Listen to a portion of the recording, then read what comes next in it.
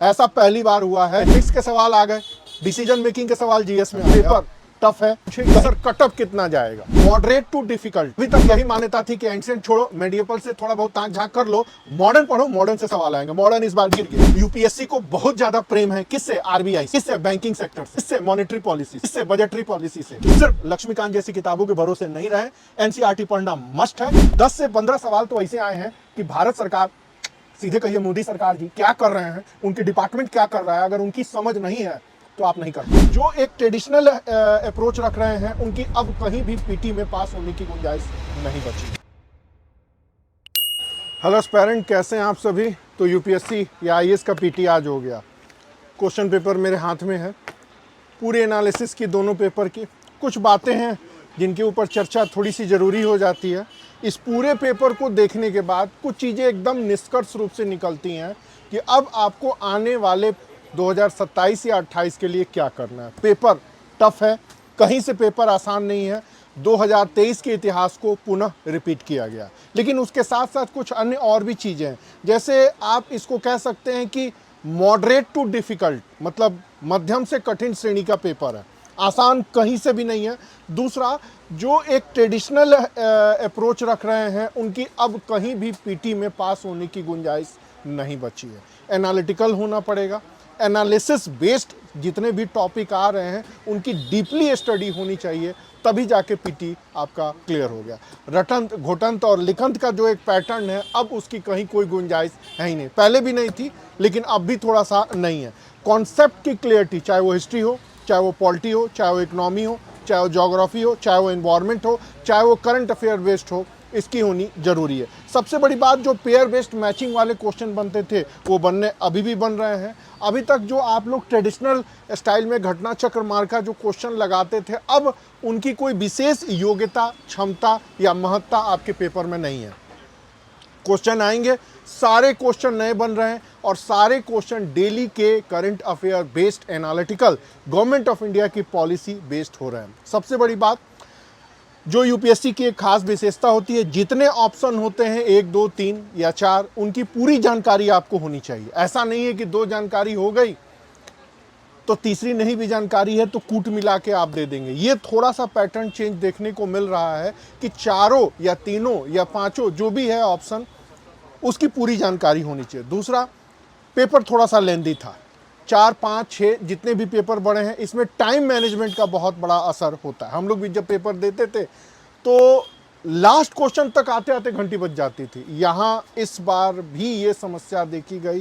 कई बच्चे ऐसे मिले अभी जिन्होंने फ़ोन करके बताया कि सर प्रश्न आ रहा था लेकिन हमारे पास टाइम कम था, जिसकी वजह से हम अटैम्प्ट ही नहीं कर पाए। तो आज के बाद से आपको टाइम मैनेजमेंट पर सबसे बड़ा ध्यान देना होगा। तीसरा, जो हिस्ट्री की बात करें तो अभी तक यही मान्यता थी कि एंशिएंट छोड़ो, मेडिएवल से थोड़ा बहुत ताक झांक कर लो, मॉडर्न पढ़ो, मॉडर्न से सवाल आएंगे। मॉडर्न इस बार गिर गया।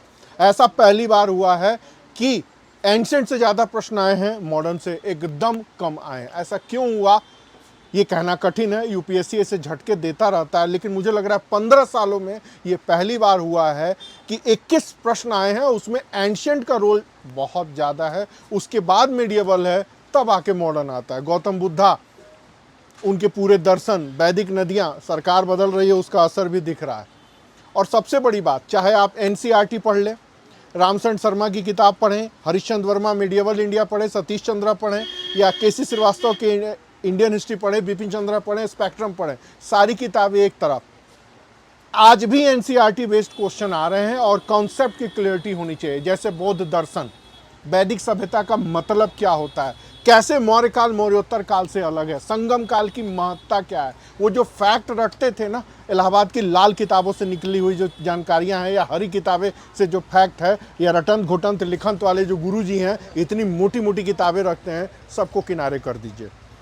आज भी कॉन्सेप्ट बेस्ड सवाल पूछे जा रहे हैं और आईएएस ने इस बार खुल के बता दिया। यूपी पीसीएस भी उसी राह पे है, बीपीएससी भी उसी राह पे है और लगभग सारे स्टेट पैटर्न, स्टेट पीसीएस उसको पैटर्न करेंगे। जो चीज़ें देखी गई, एंशिएंट का रोल बढ़ा है, मेडिएवल का कम हुआ है, मॉडर्न में एनालिटिकल बेस्ड क्वेश्चन आ रहा है। जैसे अब गांधी जी का सत्याग्रह, गांधी जी का असहयोग, गांधी जी का भारत छोड़ो आंदोलन, वो उतना मायने नहीं रखता। Gandhian ideology, Gandhi versus Subhash, Gandhi versus Nehru, Gandhi versus Patel, Gandhi versus Ambedkar, या जितने भी कॉन्स्टिट्यूशनल डेवलपमेंट हो रहे हैं या कोई भी एक्ट पास आउट हो रहा है, 1909 का अधिनियम, 1919 का अधिनियम, उसकी डीपली नॉलेज होनी चाहिए। और ये डीपली कैसे होगी? जब मैंने ये पुस्तक कंपाइल की थी तो मुझसे किसी बच्चे ने पूछा कि सर इसमें क्या है, हमने कहा कुछ नहीं है, एनसीईआरटी का कंक्लूजन है और जितनी किताबें हैं जहां से जो मिला कॉन्सेप्ट बेस्ड है पीटी और मेंस के लिए।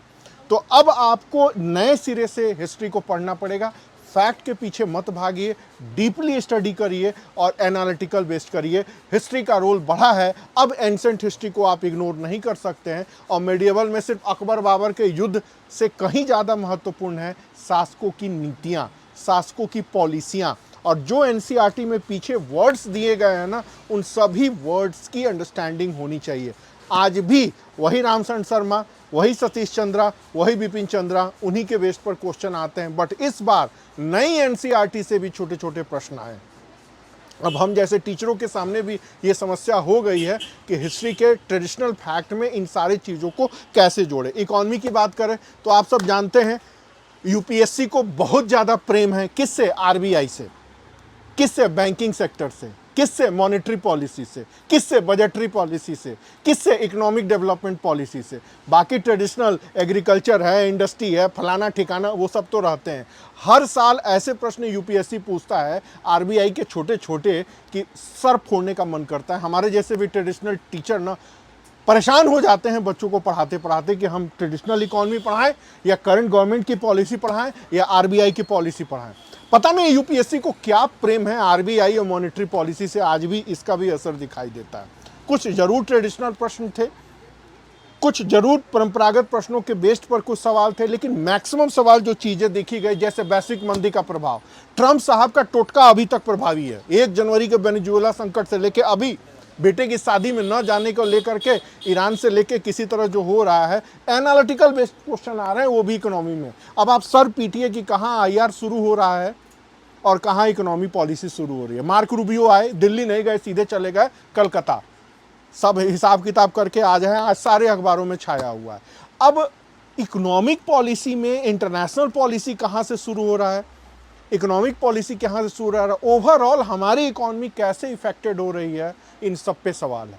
मतलब अगर आपको मेंस टाइप की क्लियरिटी नहीं है ना, तो फिर आप इकोनॉमी के भी सवाल सॉल्व नहीं कर पाएंगे। ये जो जीडीपी का ग्रोथ रेट या गरीबी हटाओ का जो नारा वन लाइनर फैक्ट दिया है, इसका आप कोई मतलब नहीं है।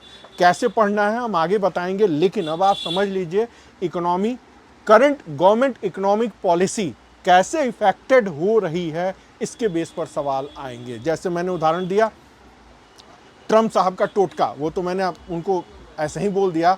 ट्रंप की पॉलिसी पूरे वर्ल्ड को कैसे इफेक्टेड कर रही है, हम कैसे हो रहा है। रसोई गैस देख ही रहे हैं, सीएनजी का मामला देख ही रहे हैं, पेट्रोल का मामला देख ही रहे हैं। वो सारी चीज़ें आपके दिमाग में होनी चाहिए। उसके बेस पर कुछ ऐसे सवाल पूछे जाएंगे, तब उनको आपको सॉल्व करना पड़ेगा। देखा मैंने जैसे कि इम्पैक्ट ऑफ इकोनॉमिक पॉलिसी में कुछ जो कंटेम्प्रेरी डिफिनीशन बेस्ड हैं या इकोनॉमिक पॉलिसी कैसे इफेक्टेड रही है, उसके ऊपर सवाल आए हैं। लगभग 17 से 18 सवाल आए हैं।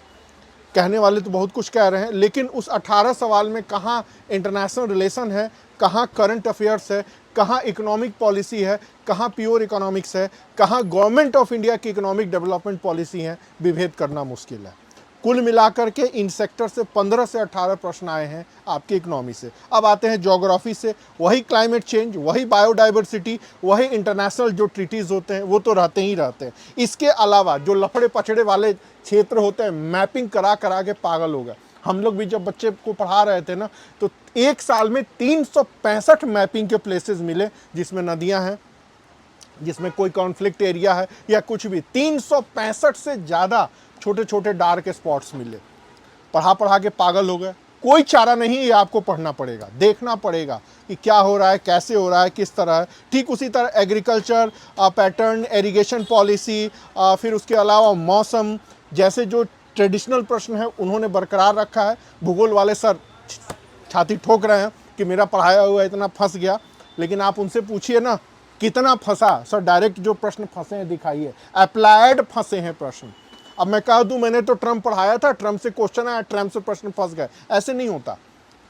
ट्रंप एक टॉपिक है, उनकी पॉलिसी ऐसा कोई भी अभी तक मैंने टेस्ट सीरीज नहीं देखा जहां से डायरेक्ट प्रश्न लड़ रहे हो, नहीं है। अभी तक तो मैंने देख लिया 4-5, हो सकता है मेरे देखने में त्रुटि आई हो, लेकिन मुझे जहां तक लग रहा है डायरेक्ट नहीं लड़े हैं, इनडायरेक्ट जरूर इफेक्टेड दिख रहे हैं। बाकी आते हैं पॉलिटी से, नहीं फंसे लक्ष्मीकांत। पॉलिटी के एक्सपर्ट, आईआर के एक्सपर्ट लोग बोले जा रहे हैं, अगर आपने सीएए के बारे में, फंडामेंटल राइट्स के बारे में, डायरेक्टिव प्रिंसिपल ऑफ स्टेट्स के बारे में, जुडिशरी के बारे में, एनसीईआरटी से हायर लेवल की अगर आपको जानकारी नहीं है, कॉन्सेप्ट की क्लियरिटी नहीं है, और पिछले 1.5 सालों में गवर्नमेंट ऑफ इंडिया की पॉलिसीज में आपका कॉन्स्टिट्यूशन, आपका पॉलिटिकल सिस्टम, आपका गवर्नेंस, आपका एडमिनिस्ट्रेशन कैसे इफेक्टेड हो रहा है, अगर ये आपको नहीं पता तो आप सवाल नहीं कर पाएंगे। यहीं पर मैं बच्चों से 1000 बार कह चुका हूं कि एक लक्ष्मीकांत जैसी किताबों के भरोसे आप न रहें। सबसे पहले एनसीईआरटी पढ़ें, और एक किसी का भी नोट्स या कोई भी बुक जो बेस बुक बनाए, और उसके साथ साथ गवर्नमेंट ऑफ इंडिया की जो पॉलिसी आ रही है, खासकर कॉमन सिविल कोड के ऊपर, या अभी जितने भी एक्ट पास आउट हुए हैं 1.5 साल में, भारत सरकार ने नवंबर दिसंबर के महीने में जो बिल पास आउट करती हैं, और जो कुछ भी हमारे सिस्टम में चेंज होता है उसकी पूरी अंडरस्टैंडिंग होनी चाहिए। सतही ज्ञान से काम नहीं चलेगा। अब वो गए जब मूल अधिकार आप रट लेते थे, हो गया, उसमें से तो कुछ नहीं आ रहा है। जिससे हमारा देश, जिससे हमारा सिस्टम, जिससे हमारा पॉलिटिकल सिस्टम, जिससे हमारा गवर्नेंस, जिससे हमारा पब्लिक एडमिनिस्ट्रेशन इफेक्टेड हो रहा है, जिससे हमारा लोकल एडमिनिस्ट्रेशन, जिससे हमारी व्यवस्थापिका, कार्यपालिका, न्यायपालिका, कॉन्स्टिट्यूशनल पोस्ट इफेक्टेड हो रहे हैं, वहां से प्रश्न आते हैं, और इनको आप इग्नोर नहीं कर सकते। ये दायरा बढ़ेगा। समझ में आ गई? तो निष्कर्ष क्या निकला कि सिर्फ लक्ष्मीकांत जैसी किताबों के भरोसे नहीं रहें, एनसीईआरटी पढ़ना मस्ट है, और पिछले 1.5 सालों में गवर्नमेंट ऑफ इंडिया की जो भी पॉलिसी आई है और जिससे सिस्टम इफेक्टेड हो रहा है उसकी नॉलेज होनी चाहिए। साइंस की बात करें, आर्टिफिशियल इंटेलिजेंस की मीटिंग हुई दिल्ली में, देखे होंगे कैसे गलगोटिया वाला मामला बना, वो भी देखे होंगे। चीनी कुत्ता डुप्लीकेट ला के रख दिए। इसरो की उड़ान अभी भी चली रही है। ठीक उसी तरह बायोटेक और नैनोटेक, ये ट्रेडिशनल टॉपिक है, टेक्नोलॉजी बेस्ड सवाल आ रहे हैं। अब गया साइंस के लिए सेल पढ़ रहे हैं, माइटोकॉन्ड्रिया पढ़ रहे हैं, उन सब से कोई सवाल नहीं आते। ये डीएनए, आरएनए, उनके बीच का अंतर नहीं आते, जिससे देश इफेक्टेड हो रहा है। पिछले 1 से 1.5 सालों में भारत साइंस एंड टेक्नोलॉजी के क्षेत्र में क्या कर रहा है, कैसे इफेक्टेड आ रहा है। जैसे 2 दिन पहले क्वांटम कंप्यूटर को लेकर के या क्वांटम टेक्निक्स को लेकर के अचीवमेंट देखा गया, या पिछले 10 सालों के घटनाओं में इसरो के चंद्रयान मिशन को इंटरनेशनल लेवल की कवरेज मिली, तो किस लिए मिली, कैसे मिली, इस तरह की सारी चीज़ों की जानकारी होनी चाहिए। पिछले 1.5 सालों के एक्टिविटीज़ को साइंस एंड टेक्नोलॉजी में शामिल किया गया। अगर आप पूरे पेपर को उठा करके देखें तो 1 से 1.5 साल के करंट अफेयर्स की घटनाएं, चाहे वो फेमस पर्सन हो, चाहे वो ग्लोबल इकोनॉमिक पॉलिसी हो, या इंटरनेशनल रिलेशंस हो, या कोई डिस्प्यूटेड एरिया हो, या यूएन का माध्यम हो, उन सब का असर दिखाई देता है। इनफैक्ट 10 से 15 सवाल तो ऐसे आए हैं कि भारत सरकार, सीधे कहिए मोदी सरकार जी क्या कर रहे हैं, उनके डिपार्टमेंट क्या कर रहा है, अगर उनकी समझ नहीं है तो आप नहीं कर पाएंगे। अभी तक बच्चे लोग टेस्ट सीरीज के भरोसे रहते थे, कुछ क्वेश्चन लगा लेते थे, फंस भी जाता था। नहीं, अब आपको भारत सरकार के सरकारी विभाग क्या कर रहे हैं ना, इसकी भी जानकारी होनी चाहिए। जैसे अभी दिल्ली में लुटियन जोन से जिमखाना क्लब का पत्ता कटा है, आज उसके डाटा तैर रहे हैं।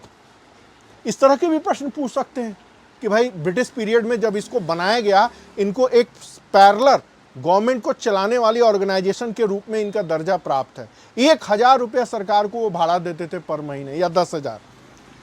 35 साल का वेटिंग चल रहा है। ऐसी जो भी घटनाएं घट रही हैं ना, इनकी भी नॉलेज होनी चाहिए। मतलब अब गवर्नमेंट या यूपीएससी ये चाह रहा है कि आपको सिर्फ हिस्ट्री और पॉलिटी की जानकारी न हो करके नई दिल्ली में, पूरे भारत में गवर्नमेंट के अंदर क्या हो रहा है इसकी भी समझ होनी चाहिए।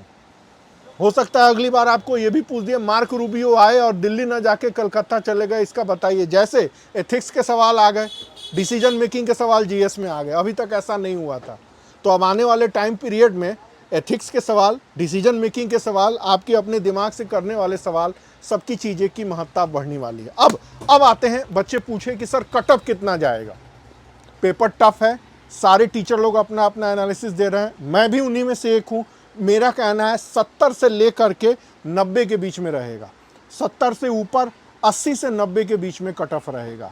हो सकता है इससे ऊपर तो नहीं जाएगा, मतलब 70 से जो लोग ऊपर हैं वो सेफ हैं, 80 से जो लोग ऊपर हैं वो 110% सेफ है। तो ये एक कट ऑफ है जो सारे लोगों ने बनाया है। दूसरा एक अन्य और बात कि आगे आने वाले बच्चों के लिए क्या करना है 2027 के बच्चों, ये मैंने पेपर पे ही सारी चीज़ें लिखी जब मैं सॉल्व कर रहा था, तो आपको क्या क्या डिस्कस करना है। सबसे बड़ी बात कि ऑनलाइन एजुकेशन का बुलबुला फूट गया है, ये बात तो आप मान लीजिए। जो लोग कहते हैं ना ऑनलाइन पढ़ा दिए सब सवाल फंस गया, वो पहले भी बेवकूफ़ बनाते थे, अभी भी बेवकूफ़ बनाते हैं। दूसरी बात, आपको सेल्फ स्टडी करनी पड़ेगी। तीसरी, कॉन्सेप्ट के साथ फैक्चुअल नॉलेज का होना बहुत ज़रूरी है। चौथा, जो भी करंट की गवर्नमेंट इकोनॉमिक पॉलिसी चल रही है उसकी समझ होनी चाहिए। मतलब 1 जनवरी से वेनेजुएला संकट से मार्क रूबियो के आने तक इंटरनेशनल लेवल की घटनाएं क्या घट रही हैं, अभी ट्रंप अंकल जिनपिंग सिंह से मिल करके आए, उनका क्या असर हुआ और कैसे किस तरह की सारी चीज़ें उभर के आ रही हैं, उससे हम कैसे इफेक्टेड हो रहे हैं, इसकी जानकारी होनी चाहिए। ना कि ट्रंप साहब अपने बेटे की शादी में नहीं गए, कौन है ट्रंप की बहू, इन सब की जानकारी या इस पे बढ़ने वाले में इनसे थोड़ा ऊपर उठिए। दूसरी चीज़, करंट अफेयर बेस्ड के छोटे से छोटे बड़े से बड़े टॉपिक्स पर भी ध्यान देना चाहिए। अभी तक जिमखाना क्लब जैसे जो सवाल आते हैं उनको लोग इग्नोर मारते थे, अब उनके अंदर भी आपको सतह में जाकर के जानकारी रखनी पड़ेगी। पब्लिक एडमिनिस्ट्रेशन के सवाल पॉलिटी में, इससे बड़ी बात और क्या हो सकती है, इतना बड़ा झटका दिया है। तीसरा, न्यूज़पेपर आपको पढ़ना पड़ेगा। कौन सा न्यूज़पेपर पढ़ें, तो मैं आज भी कहूँगा इंडियन एक्सप्रेस पढ़िए, और इंडियन एक्सप्रेस में भी जो एक्सप्लेन वाला कॉलम आता है उनकी समझ होनी चाहिए। तीसरा, इंडियन एक्सप्रेस में भी बहुत सारे लोग ऐसे हैं जो मोदी सरकार के समर्थक हैं या विरोधी हैं, तो उनमें एक सीमा रेखा खींचनी होगी कि आरफा खानम शेरवानी हैं, रवीश कुमार हैं, जयपुर डालक हैं, सुधीर चौधरी हैं, इस टाइप के जितने भी जर्नलिस्ट हैं वो क्या कह रहे हैं। इसका डिवीजन होना चाहिए और आपकी एक पैरेलल अपनी अंडरस्टैंडिंग होनी चाहिए, तभी सारी चीज़ें उभर करके आएंगी। टेस्ट सीरीज की बात है तो पहले भी मैं कह रहा था कि आपको लगानी होगी टेस्ट सीरीज, इस बार भी लगानी होगी, लेकिन मूल बात वही है, टेस्ट सीरीज का भी अप्रोच बदलते जा रहा है, ट्रेडिशनल सवालों की संभावना कम होते जा रही है और नई activities current affair based, analytical based, government की इकोनॉमिक पॉलिसी, इंटरनेशनल पॉलिसी के बेस पर सवाल आ रहे हैं। लेकिन सिर्फ ये इस साल के पैटर्न को देख करके 27 में आप अपना पूरा पैटर्न बदल दें, ये भी बेवकूफ़ी होगी। ट्रेडिशनल चीज़ भी आपको पढ़ते रहना पड़ेगा और इस साल जो यूपीएससी ने झटका दिया है उसका भी समावेश करता रहना पड़ेगा, तब जाके आप 27 का बेड़ा पार कर पाएंगे।